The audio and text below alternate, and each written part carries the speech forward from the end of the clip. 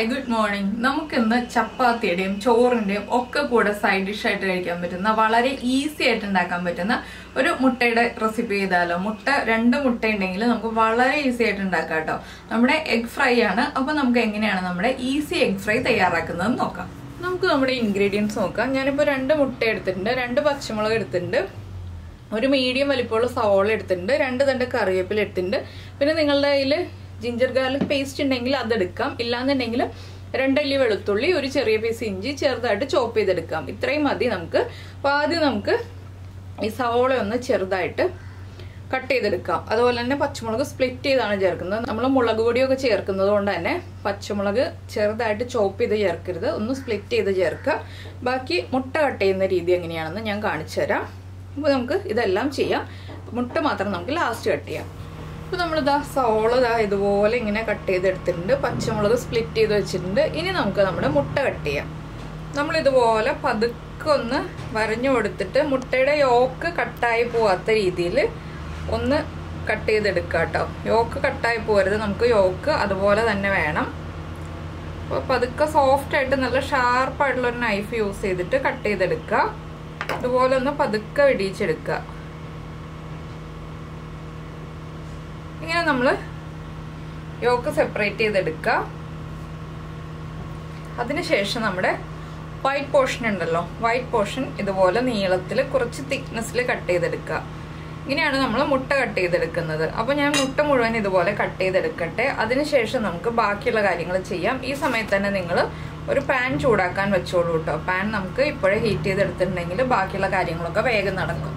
ഇപ്പോൾ നമ്മുടെ മുട്ട റെഡിയാക്കി എടുത്തിട്ടുണ്ട്. ഇനി നമുക്ക് പാൻ ഒന്ന് ഹീറ്റ് ചെയ്തിട്ട് നമ്മുടെ റെസിപ്പി റെഡിയാക്കി തുടങ്ങാം. അപ്പോൾ നമ്മളൊരു പാൻ ചൂടാക്കാൻ വെച്ചിട്ടുണ്ട്. പാൻ ചൂടായി വരുമ്പോൾ വെളിച്ചെണ്ണയോ വെജിറ്റബിൾ ഓയിലോ നമുക്ക് ഇഷ്ടമുള്ള ഓയിൽ യൂസ് ചെയ്യാം കേട്ടോ. ഞാനിപ്പോൾ വെളിച്ചെണ്ണയാണ് ചേർക്കുന്നത്. വെളിച്ചെണ്ണ ഒന്ന് ഒരു 2 ടീസ്പൂൺ വെളിച്ചെണ്ണ ഒഴിക്കുക. വെളിച്ചെണ്ണ ഒന്ന് ചൂടായി വരട്ടെ. വെളിച്ചെണ്ണ ചൂടായി വരുമ്പോൾ നിങ്ങൾക്ക് ജീരകത്തിന്റെ ഫ്ലേവർ ഇഷ്ടമാണെങ്കിൽ 1 ടീസ്പൂൺ പെരിഞ്ജീരകം ചേർക്കാം, ഇല്ലെങ്കിൽ കടുക് ചേർക്കാം. ഞാനിപ്പോൾ കടുകാണ് ചേർക്കുന്നത്. പെരിഞ്ജീരകവും കടുകും ചേർക്കണമെങ്കിൽ അങ്ങനെ ആവാം. ഞാനിപ്പോൾ 1 ടീസ്പൂൺ കടുക് ചേർത്തിട്ടുണ്ട്. കടുക് ഒന്ന് പൊട്ടി തുടങ്ങട്ടെ. അപ്പോൾ നമ്മുടെ കടുക് പൊട്ടിക്കൊണ്ടിരിക്കുന്നുണ്ട് കേട്ടോ. കടുക് പൊട്ടി കഴിയാറാവുമ്പോഴാണ് നമ്മൾ ജീരകം ചേർക്കുകയാണെങ്കിൽ ചേർക്കേണ്ടത്.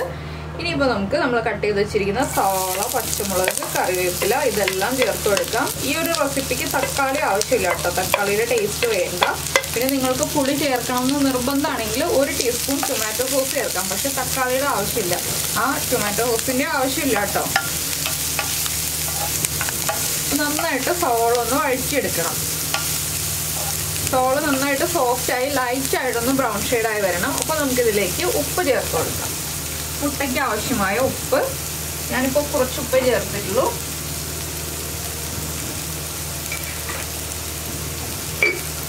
ഉപ്പ് ചേർത്ത് നന്നായിട്ട് സവോള വഴറ്റിയെടുക്കണം. എണ്ണ കൂടിപ്പോവാതെ ശ്രദ്ധിക്കണം. എണ്ണ കൂടിപ്പോയിട്ടുണ്ടെങ്കിൽ നമ്മുടെ റെസിപ്പിയുടെ ടേസ്റ്റ് മൊത്തത്തിൽ അങ്ങ് മാറിപ്പോവും. മുട്ട ഫ്രൈ എന്ന് പറയുമ്പോൾ ഒരുപാട് എണ്ണ ഇല്ലാത്തതാണ് ടേസ്റ്റ്. അപ്പോൾ ഇനി സവോള ഒന്ന് വഴന്ന് വരട്ടെ. അപ്പോൾ നമ്മുടെ സവോള ഒന്ന് വഴന്ന് വന്നിട്ടുണ്ട്. ഈ ഒരു ഷെയ്ഡ് ആകുമ്പോൾ നമുക്കിതിലേക്ക് പൊടികൾ ചേർത്ത് കൊടുക്കാം. നിങ്ങൾ ടൊമാറ്റോ സോസ് ചേർക്കുന്നുണ്ടെങ്കിൽ ചേർക്കേണ്ട സമയം ഞാൻ പറയാം കേട്ടോ.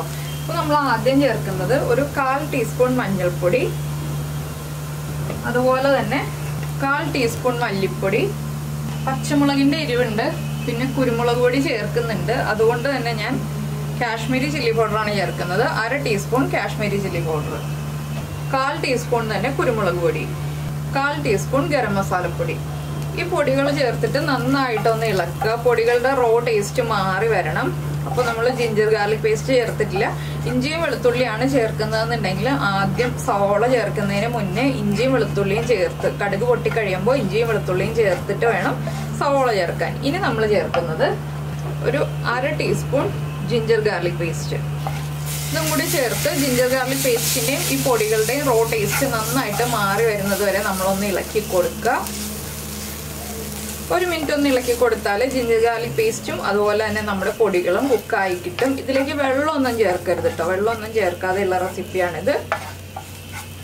അപ്പോൾ പെരിഞ്ജീരകം ചേർത്തില്ല എന്ന് വെച്ചിട്ട് ബുദ്ധിമുട്ടൊന്നും വിചാരിക്കേണ്ട. പെരിഞ്ജീരകത്തിന് പകരം നമുക്കൊരു ഓപ്ഷൻ ഉണ്ട്. പെരിഞ്ജീരകം പൊടിച്ചത് നമ്മുടെ കയ്യിലുണ്ടെങ്കിൽ അത് ചേർത്താൽ മതി. അതും നമുക്ക് ചേർക്കേണ്ട സ്റ്റേജ് പറയാം. അപ്പോൾ നമ്മൾ ഈ ഒരു സ്റ്റേജ് ആകുമ്പോഴാണ് തക്കാളി അല്ലെങ്കിൽ ടൊമാറ്റോ സോസ് ചേർക്കേണ്ടത്. തക്കാളി ഒട്ടും ചേർക്കേണ്ട. തക്കാളിയുടെ വിലയൊക്കെ വെച്ച് നോക്കുമ്പോൾ നമുക്ക് തക്കാളി ചേർക്കാൻ മുതലാവില്ല. അപ്പോൾ ടൊമാറ്റോ സോസ് ആണെങ്കിൽ ഈ ഒരു സ്റ്റേജിൽ ചേർത്ത് കൊടുക്കാം. അതും കൂടി ചേർത്ത് നന്നായിട്ടൊന്ന് ഇളക്കി കൊടുക്കാം. ഇനി നമ്മൾ ഈ മസാലയുടെ ഉപ്പൊന്ന് ചെക്ക് ചെയ്യുക. മസാലയുടെ ഉപ്പ് ചെക്ക് ചെയ്തിട്ട് ഉപ്പ് കുറവാണെന്നുണ്ടെങ്കിൽ കുറച്ചുകൂടി ഉപ്പ് ചേർക്കണം. അപ്പോൾ നമ്മൾ ഉപ്പ് ചെക്ക് ചെയ്തതിന് ശേഷം നമ്മുടെ മുട്ട ആഡ് ചെയ്യാം. അപ്പോൾ നമ്മുടെ പൊടികളൊക്കെ കുക്കായിട്ടുണ്ട്. നമ്മൾ എടുത്തു വെച്ചിരിക്കുന്ന മുട്ട ചേർത്ത് കൊടുക്കാം. മുട്ട ചേർത്തിട്ട് ഒരുപാട് അങ്ങോട്ട് ഇളക്കരുത് കേട്ടോ. മുട്ടയുടെ വൈറ്റൊന്നും പൊടിഞ്ഞു പോകാത്ത രീതിയിൽ നന്നായിട്ടൊന്ന് മിക്സ് ചെയ്തെടുക്കുക. വളരെ സിമ്പിളല്ലേ? ചപ്പാത്തിയുടെയും ചോറിൻ്റെയും ഒക്കെ കൂടെ സൈഡ് ഡിഷായിട്ട് കഴിക്കാൻ പറ്റുന്ന ഒരു ഈസി റെസിപ്പി നിങ്ങൾക്ക് കിട്ടിയില്ലേ?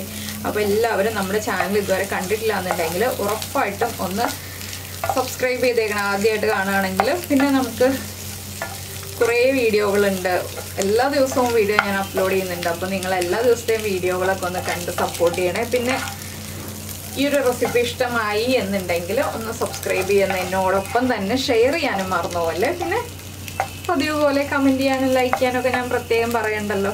ഇനി നമ്മളിതിലേക്ക് ആഡ് ചെയ്യുന്നത് ഞാൻ നേരത്തെ പറഞ്ഞില്ലേ, ഒരു 1/4 ടീസ്പൂൺ പെരിഞ്ജീരകപ്പൊടി. അപ്പോൾ ആദ്യം പെരിഞ്ജീരകം ചേർത്തിട്ടുണ്ടെങ്കിൽ ഈ ഒരു പെരിഞ്ജീരകപ്പൊടി ഓപ്ഷണലാണ്, നിങ്ങൾക്ക് അവോയ്ഡ് ചെയ്യാം.